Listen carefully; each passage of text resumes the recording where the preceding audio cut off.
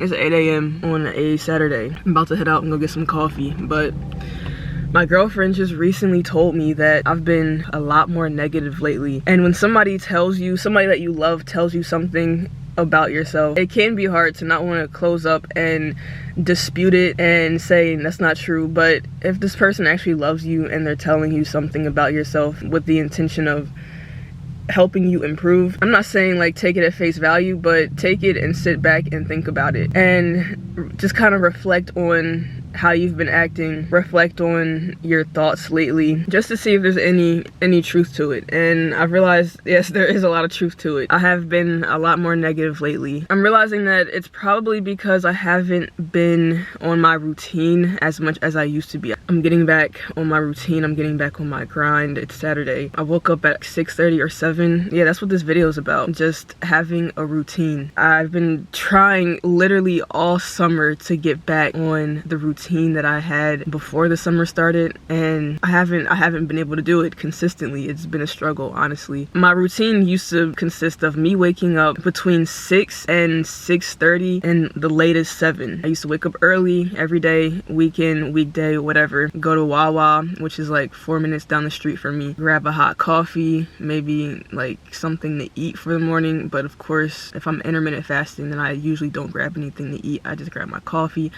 come back, make up my bed, straighten up my room, light a candle, and then just get to work. I would stretch while I'm drinking my coffee, maybe watch like a YouTube video, and then get to work. But lately, the past couple months, I have not been on my routine. And humans are habitual creatures. We like to do things by habit because it makes our lives just so much easier to do things that we do every single day. It's like it takes the effort out of it. It takes the effort and the thought process out of what we're doing. Like if I do the same routine every single day, it's gonna be easy for me to wake up early, coffee, stretch, this, that, and then work. That's why it's so important to have a routine, especially when you have things that you need to get done and nobody's looking over your shoulder telling you, get this done today, get this done by this time, get this done now, you need to do this. Like the school system and most 9-to-5 jobs set us up to have somebody over our shoulder telling us when to do this. When is it lunchtime? When do you need to be here? When do you need to get this assignment done? When it comes to your personal life, when it comes to your personal goals, nobody's looking over your shoulder. It's just you. You are your own teacher. You are your own boss. You are the person that's leading this entire journey. Let me go grab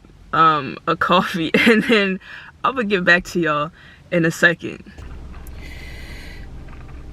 Like, I knew I wanted to start working out, start doing more cardio, work on my business, wake up earlier, stretch every day. I knew I wanted to do these things, but me waking up 30 minutes before I need to go to work, going to work, coming home, and then just relaxing, that was not getting me to the point where I wanted to be. It's not getting me anywhere, you know? So that's when I started waking up earlier. Like, if I have to be to work at 10, I'll wake up 3 hours before that, 4 hours before that. If I need to be at work at 8, I'm not gonna push it. I'll wake up at 6, you know? But it's very important to have time before work for yourself. And then once you get to work, you're not like, you don't feel a sense of resentment so much. Like, the truth is that there's time in a day. You just have to find this time in the day. You can also have a routine after work or after school or after whatever when you come home in the evening time. I know when I come home from work, it's very important for me because if you really listen to what your brain is, like the information your brain is taking in, as soon as you come home after a long day, what's the first thing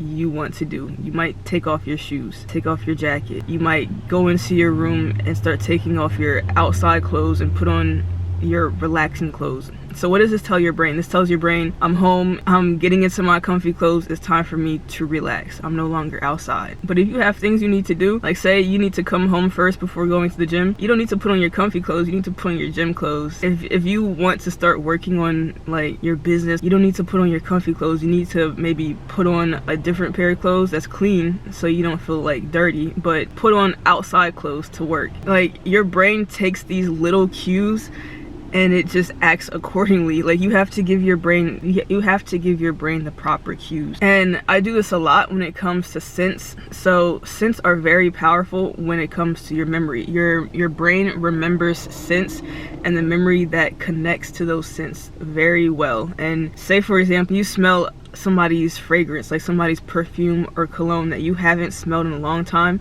but like you smell it and you're like, oh yeah, that was my babysitter's perfume, that was my camp counselor's cologne. Like you just snap back to that memory maybe like 10 years ago because you smelled that one scent. That's how our brain works when it comes to scents. So for me, I like to light a candle.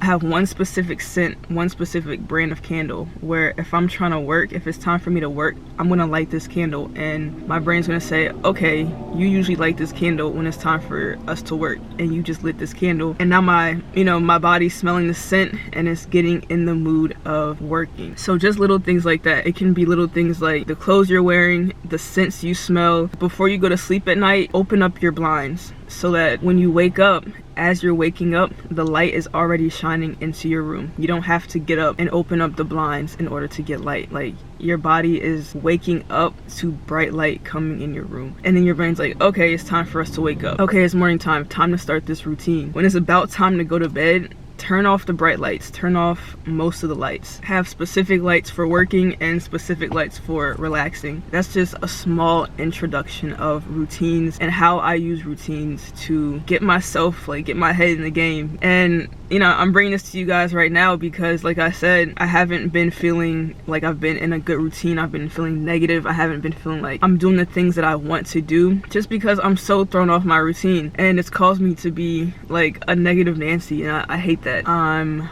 back at the park. I'm about to go take this little mile walk and enjoy the coolness, and I will talk to y'all in the next video.